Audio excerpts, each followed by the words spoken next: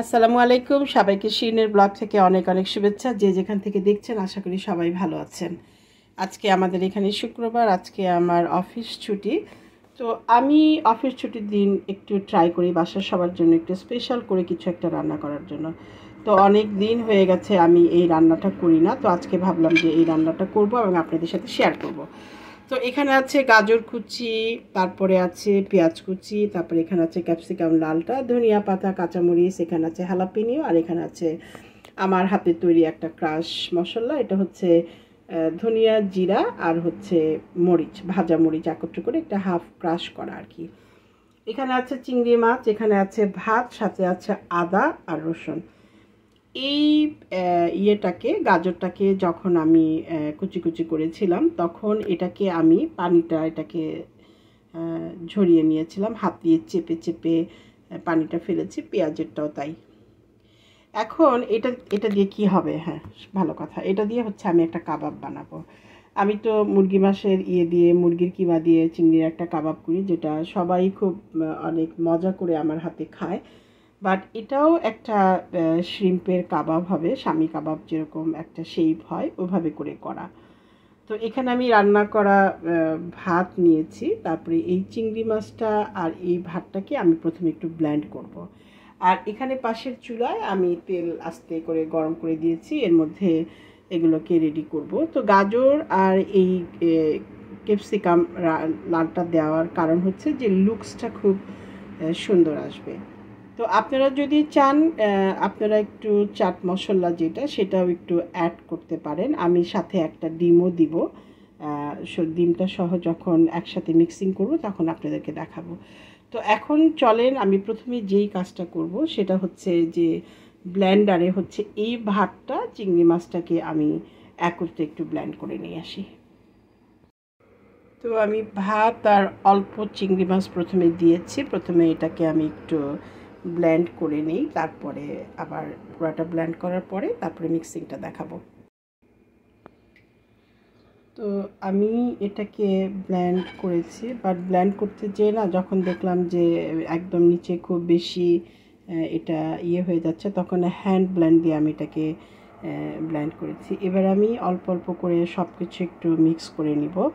আমি অন্য কোনো কাবাবের মশলা কিংবা অন্য এলাচি, দারচিনির এগুলি কিছু দিতে যাব না, তাহলে চিকেনের যে একটা ফ্লেভার ওইটা আর থাকবে না। তো আমি একটু একটু করে প্রথমে একটু মিক্স করি, সাথে একটা ডিমও দিব। প্রথমে আমি এই জিনিসগুলো একটু দিই, তারপরে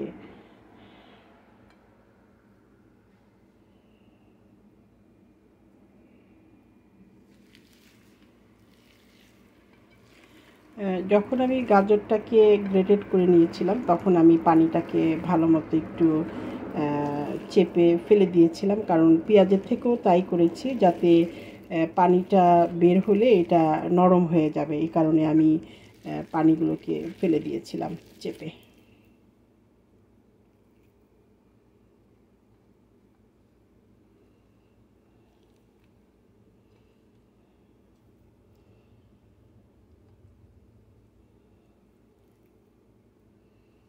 এটা আগে আমি অনেক বেশি করতাম, এখন আসলে এত বেশি আর করা হয় না। ঝালটা হচ্ছে আপনাদের পছন্দ মতো দিবেন, যে যেরকম ঝাল খেতে পছন্দ করেন।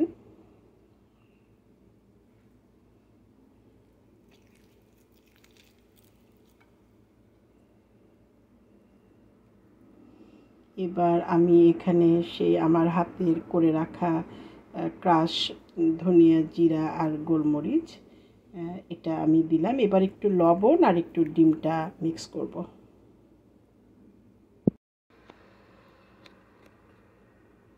তো এখানে এখন সবগুলো এখানে আছে, আর সাথে এই যে একটা ডিম দিয়েছি, সাথে আমি লবণও অ্যাড করেছি। এবার আমি হচ্ছে এগুলোকে সবগুলোকে একটু সুন্দর করে মেখে মিক্সিংটা করব। মিক্সিংটা খুবই ইম্পর্ট্যান্ট, ভালো মতো এটা মিক্স করতে হবে।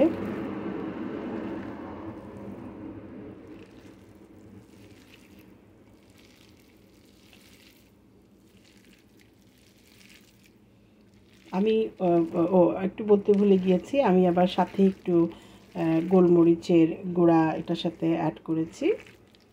ব্ল্যাক পেপার, আর লবণ অল্প দিয়েছি। সবগুলোর সাথে একটু মিক্স করব আগে, তারপরে দেখব যদি লবণ লাগে আমি তাহলে একটু লবণ দিয়ে নেব।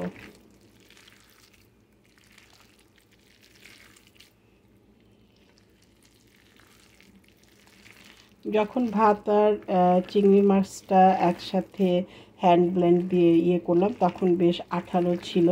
এখন এই আঠালোটা একটু নরমের মতো হয়ে গেছে। তো এটাকে যদি আমি গাজরের আর অনিয়নের পানিগুলোকে না ফেলে নিতাম তাহলে কিন্তু আরও বেশি হয়ে যেত। তখন আপনি যখন কাবাবের শেপ দিবেন তখন ভাজতে গেলে এটা হয়তো ভেঙে যেত।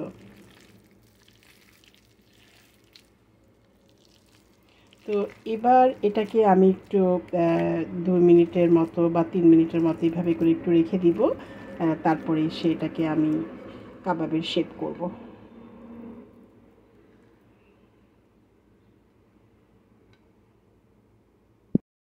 সো 3 মিনিট পর ফিরে এসে দেখেন এটার এখন এই অবস্থা। তো এটাকে আমি একটা একটা করে একটু কাবাবের শেপ দিব, তারপরে হচ্ছে এটা ওভেনে দিব। সো আমি এগুলোকে এখন করব, শেপ করে চুলায় তেলটা গরম হচ্ছে। তো আমি একটা একটা করে কাবাবের শেপ দিব। এটা খুবই মজার একটা চিকেনের কাবাব। আমি তেমনি শ্রিমকে আস্তা করে করি। এটা আপনারা অনেকেই দেখছেন, আমার অনেক বন্ধু বান্ধবরাও এটা অলরেডি জেনে গেছে কিভাবে মেক করতে হয়। তো এই জিনিসটাকে আমি অনেকবার ভেবেছিলাম যে একটু ভিডিও করে দেখাবো, আসলে সময় করতে পারি না। তো আজকে বাসায় আছি, তেমন কোনো তাড়া নেই, তাই ভাবলাম যে একটু রান্না করি আজকে এটা।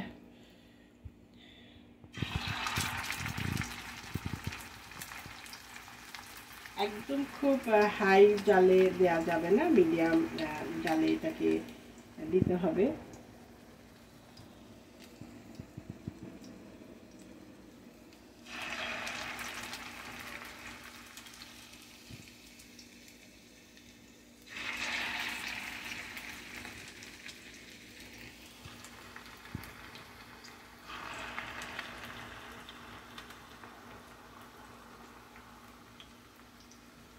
আমি অন্য কোনো মশলা এটাতে ইউজ করতে চাইনি বেশি, যেমন কাবাবের মশলা, তারপরে এলাচি, দারচিনি এগুলি দিতে চাইনি। তাহলে হয়তো কি আমার যে মাছের একটা সুন্দর চিংড়ি মাছ তো এমনি করে খাওয়া যায়, ওই ফ্লেভারটাকে আমি নষ্ট করতে চাইনি। তো যার কারণে আমি একদম শুধু আদা, রসুন আর একটু করছি, পেঁয়াজ, কাঁচামরিচ, একটু ধনিয়া জিরা ক্রাশ করা ছিল ওইটা একটু দিয়েছি।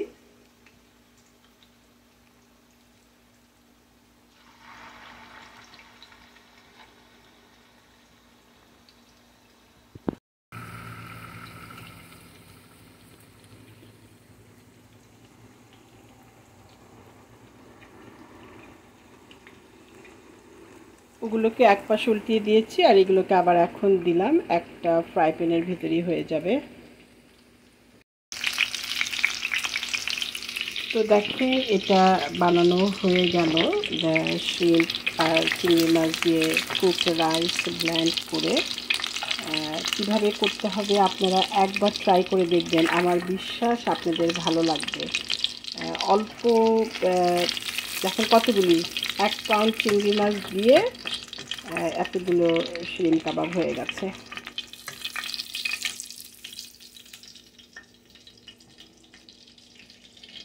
এটাকে আপনারা যে কোনো সস বানাবেন তারপর ওটা দিয়ে খেতে পারবেন। আমি একটা সস পরে বানিয়ে নিব। তো এই ছিল আজকে আমার রান্না।